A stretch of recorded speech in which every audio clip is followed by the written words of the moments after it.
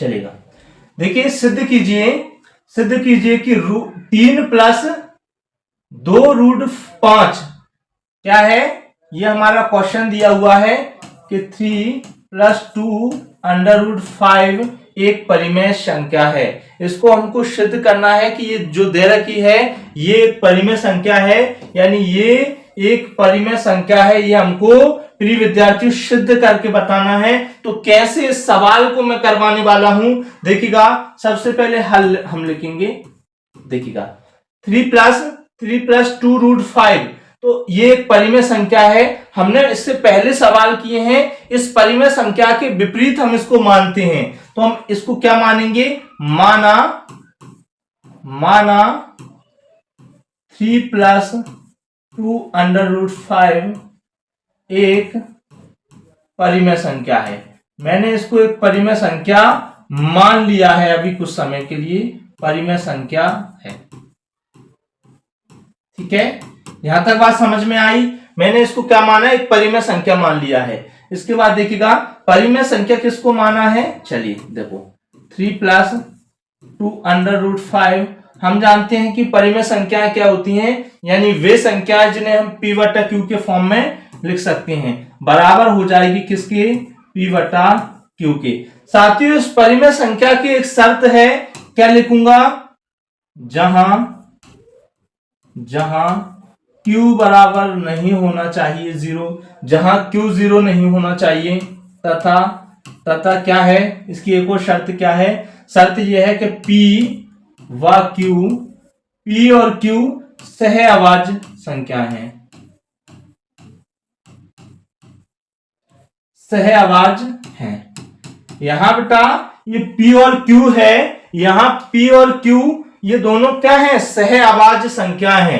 तो आइए इसको प्रारंभ करते हैं, कैसे करना है। देखिए मैंने क्या किया, यहाँ पे 2√5 को रखा और इस 3 का पक्षांतर कर दिया इस ओर, तो क्या आ गया, p बटा q -3। साथियों यहाँ पर प्लस का है, बराबर के उस तरफ जाएगा, बराबर चिन्हों का परिवर्तन हो जाता है, बराबर के इस तरफ प्लस का है तो बराबर के उस ओर जाने पर ये माइनस का हो जाता है।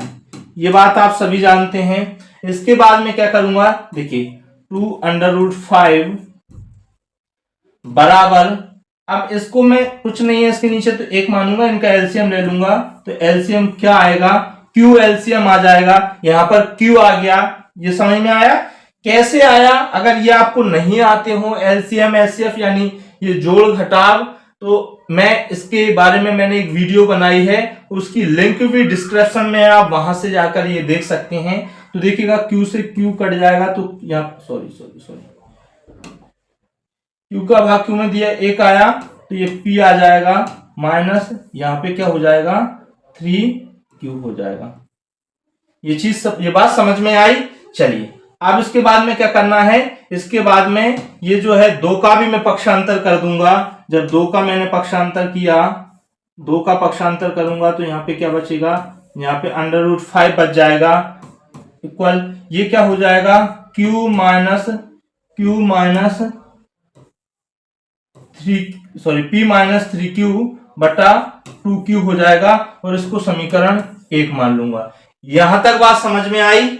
चलिए यहां तक बात समझ में आई हो तो कमेंट में यस लिख दीजिए। अब मैं क्या करूंगा, अब इसको मैंने समीकरण 1 मान लिया है। साथियों यहां से क्या सिद्ध होता है, चूंकि क्या है, P व Q पूर्णांक संख्याएं हैं, P व Q कैसी हैं, पूर्णांक संख्याएं हैं। इसलिए यहां पे एक लाइन खींचता हूं, P और Q कैसी हैं, पूर्णांक संख्याएं हैं। इसलिए क्या हो जाएगा, इसलिए P माइनस 3Q बटा 2Q क्या होंगी, ये होंगी परिमेय संख्या। 2Q एक परिमेय संख्या होगी। ये बात समझ में आई। ये क्या होगी, एक परिमेय संख्या होगी। अब समीकरण 1 से यहां से देखिएगा, समीकरण एक से क्या सिद्ध होता है मेरे प्यारे रसगुल्लो? समीकरण एक से सिद्ध होता है कि P माइनस 3Q बटा 2Q, P माइनस 3Q बटा 2Q बराबर अंडर रूट 5, जो कि क्या है, जो एक क्या है, ये जो 5 है ये एक अपरिमेय संख्या है, जो कि एक, यहां मैं लिख दूंगा, एक अपरिमेय संख्या है।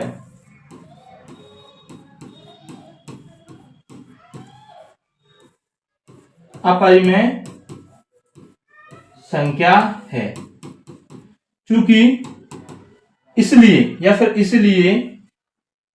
इसलिए हमारा जो पूर्व में कथन था कि माना ये संख्या परिमेय संख्या है, चूंकि हमारा पूर्व कथन कैसा है, विरोधाभास है। हमारा पूर्व कथन विरोधाभास है,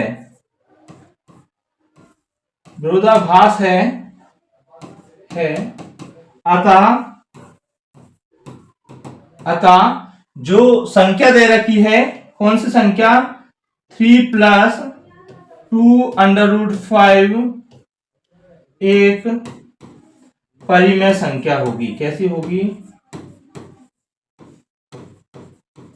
परिमेय संख्या होगी। ये बात समझ में आई साथियों? क्या है, ये 3 प्लस 2 अंडर रूट 5 जो संख्या है, ये जो संख्या दे रखी है, ये संख्या कैसी है, एक अपरिमेय संख्या होगी। अपरिमेय संख्या होगी। कैसी संख्या होगी, अपरिमेय संख्या होगी। आप इसका स्क्रीनशॉट ले लीजिए। साथियों, आई होप ये क्वेश्चन आपको बहुत अच्छे